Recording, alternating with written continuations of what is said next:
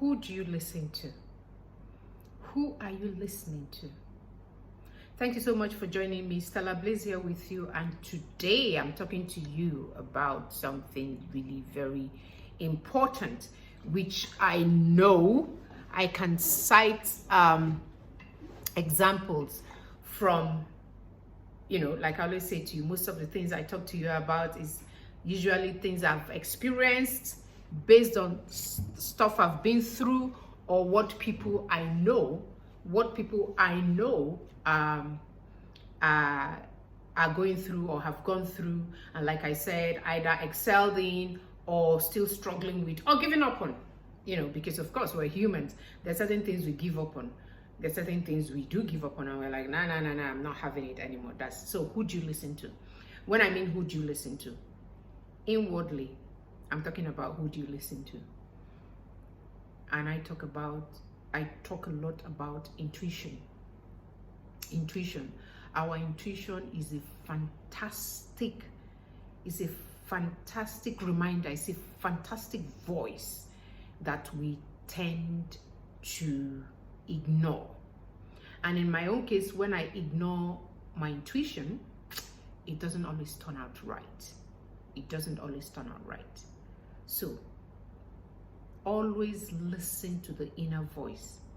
In most cases, sometimes it's so uncomfortable what this inner man of ours, the spirit in us, the intuition, what is telling us to do, is sometimes very, very uncomfortable, very hard, that a lot of us ignore and take the easy route out.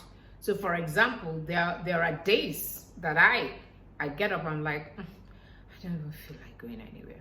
When you're an entrepreneur, when you run your own company or you have your own business, there are times you don't feel like doing anything. It's almost like, and one thing I've learned from talking to a few people who started stuff and then they've given up and gone back into employed, how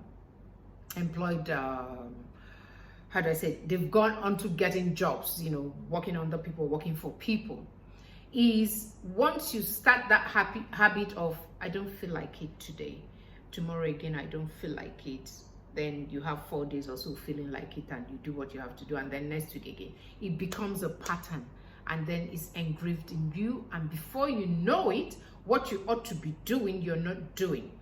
So listen to that intuition that tells you to do this, to do A, B, C, to talk to make that phone call. And sometimes these phone calls, I'll talk about the phone call ones, because sometimes it's scary. You're not standing in front of the person, but you're scared and saying, oh God, what will this person say? Or what if they don't pick my call? Or what if they get aggressive?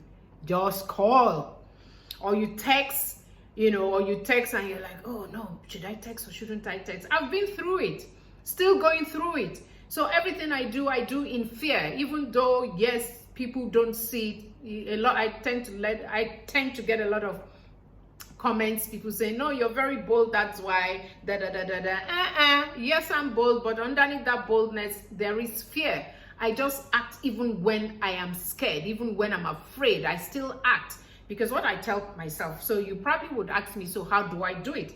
How do I do it that when I'm scared, when I'm afraid, I still do it? I still make that call. I still make that journey. I still make that visit. I still, just name it. I still say no. I still, even when I am scared, as in like scared, 100% scared, that if you check my pulse, you check my palms, sweating. But I still go ahead and do it, because I say the worst, what I tell myself is that the worst that will come out of this is the person will kill you. And of course, nobody can kill you for asking or trying to get yourself into something, or to get your company, or get yourself employed, or get, nobody can kill you. That's the worst, and it will never happen. So that's how I move past the fear. I just say to myself, will this person kill me? No. The worst is that if they are that aggressive and that rude, they'll just abuse me and say, madam, stop disturbing me. You dust it off and move on. And even when they say that, you go back again. You'll be surprised at that person that says, stop disturbing me. What's this? You might call again or text again, and this person is so nice to you that you wonder, is it the same person? So listen to your intuition. I say it's the Holy Spirit talking to me. ordering my step, telling me what to do. I fall down, I get up, I'm like, okay, let me just sit and stay. But the Holy Spirit says, dust yourself and keep going.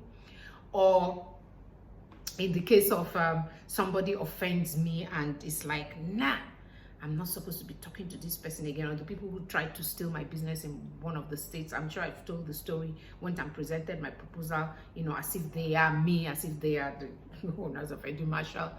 I'm talking to them. You talk to them. So that's it. I will be speaking to you again on something else. There's a noise coming on, so I don't want this to filter in. Thank you so much. Stella Blaze here with you as always. Bless.